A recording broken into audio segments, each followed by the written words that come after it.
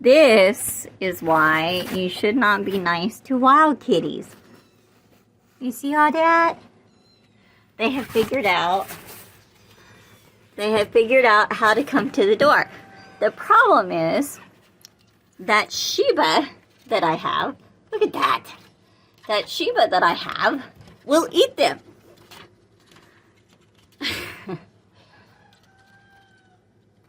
So, that is what happens when you're nice to wild kitties. They decide that you're the mommy. Hi. Hi. Oh, here comes number... I knew I was missing one.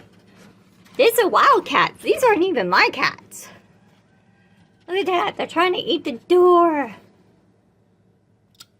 Meow.